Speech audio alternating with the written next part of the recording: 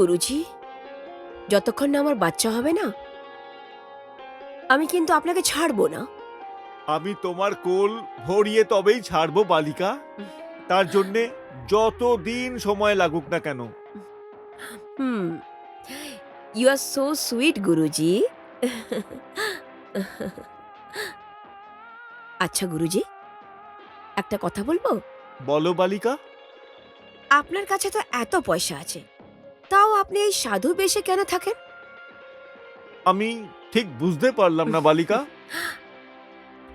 আমি এটা বলতে চাই যে আপনি নিজের চুলটা কেটে ফিল্ম স্টারদের মতো থাকুন না। ফিল্ম স্টাররা তো নিজেরাই আমার থেকে আশীর্বাদ নিতে আসে বালিকা। কিন্তু ওরা নিজের জীবনটা তো এনজয় করে, আর আপনি সারা জীবন এই রুমটার ভেতরেই কাটাচ্ছেন। হ্যাঁ, তোমার এই কথাটা তো একদম ঠিক বালিকা। একটু ভেবে দেখুন, আপনি আর আমি দুজন রাস্তায় মোটরসাইকেলে বসে লং ড্রাইভে যাই, তো কত মজা আসবে।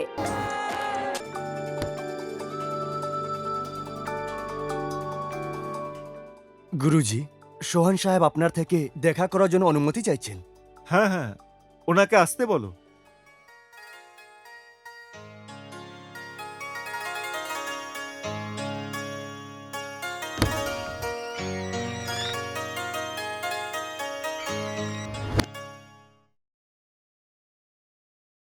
নমস্কার স্বামীজি। আসুন আসুন সোহন সিংজি। আপনি যখনই এখানে আসেন কোনো না কোনো ভালো খবর নিয়ে তবেই আসেন। সেই কারণেই আপনি এখানে এলে আমার খুব ভালো লাগে। সব আপনার আশীর্বাদ আছে স্বামীজি। তো এবার বলুন, আপনার এখানে আসার কারণটা কি? আজকের খবর শুনে আপনি নিশ্চয়ই খুশি হয়ে যাবেন। আমাদের 1 কোটি টাকা হেরোইন নিয়ে যেই জাহাজটা মুম্বাইতে গেছিল সেটা খুব ভালো করে পৌঁছে গেছে এবং মালটা গোডাউনেও চলে গেছে। সাবাস, এটা তো অত্যন্তই ভালো খবর। এছাড়া স্বামীজি, এই শহরে যেই যেই পানালার কাছে আমাদের মাল যায় ওদের কাছেও আমাদের মাল খুব ভালো করে পৌঁছে গেছে।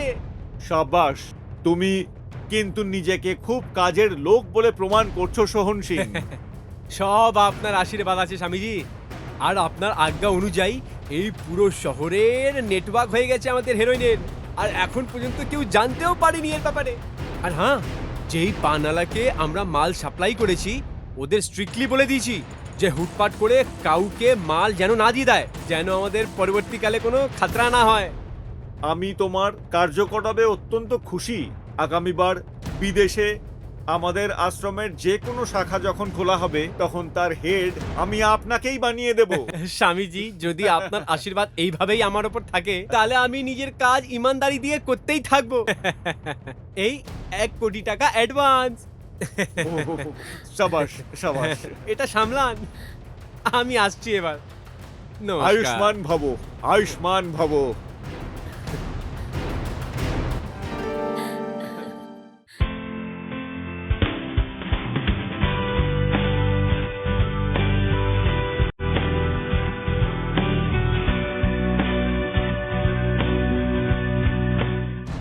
नेताजी हाय हाय नेताजी हाय हाय नेताजी हाय हाय नेताजी हाय हाय नेताजी हाय हाय नेताजी हाय हाय नेताजी हाय हाय नेताजी हाय हाय नेताजी হায় হায়। বাইরে কিছু লোকেরা এসছে, ওরা আপনার বিরুদ্ধে কথা তুলেছে, আপনার সঙ্গে দেখা করতে চাইছে। তুমি দেখতে পাচ্ছ না সাহেব খাবার খাচ্ছেন? नेताजी কে আছে? नेताजी ওদের নেতাকে ডাকো। नेताजी नेताजी नेताजी नेताजी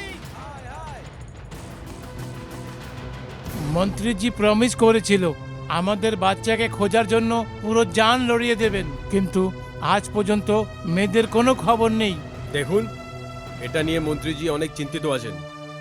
আপনার মনে আছে সেদিন উনি বলেছিলেন কি যতক্ষণ বাচ্চা না পাওয়া যায় ততক্ষণ উনি একটা খাবারও খাবেন না, আর তখন থেকে নিয়ে আজ পর্যন্ত উনি খাবারটা খানওনি। দেখে নিন, শুধু ফল আর এইসব খেয়েই উনি কাটাচ্ছেন।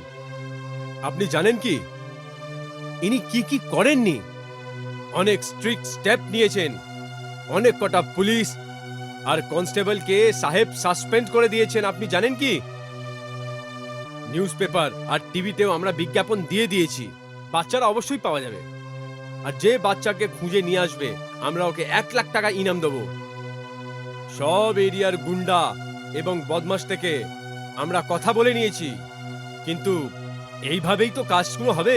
এইভাবে চেঁচামেচি করলে বাচ্চা থোড়েই চলে আসবে। হ্যাঁ,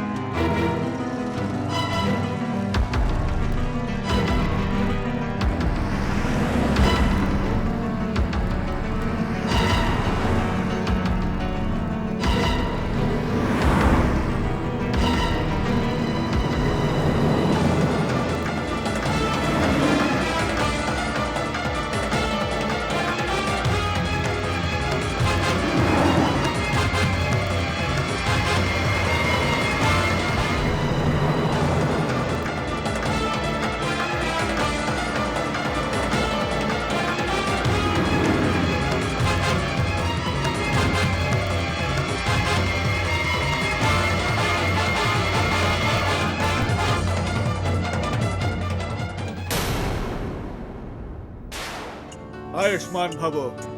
আসুন, এই হোটেলে ওরা আপনার জন্য অপেক্ষা করছে।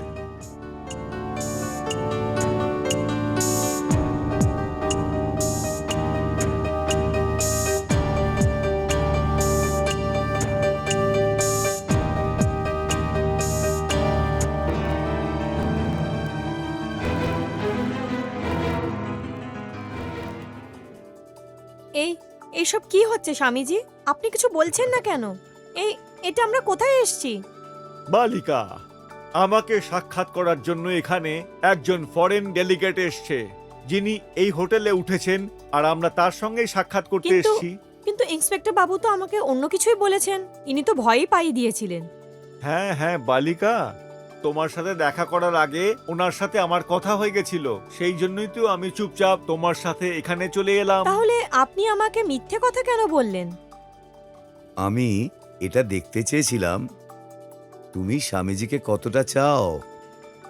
ভগবান না করে খারাপ সময় যেন না আসে, তখন স্বামীজিকে সঙ্গ ছেড়ে দিও না।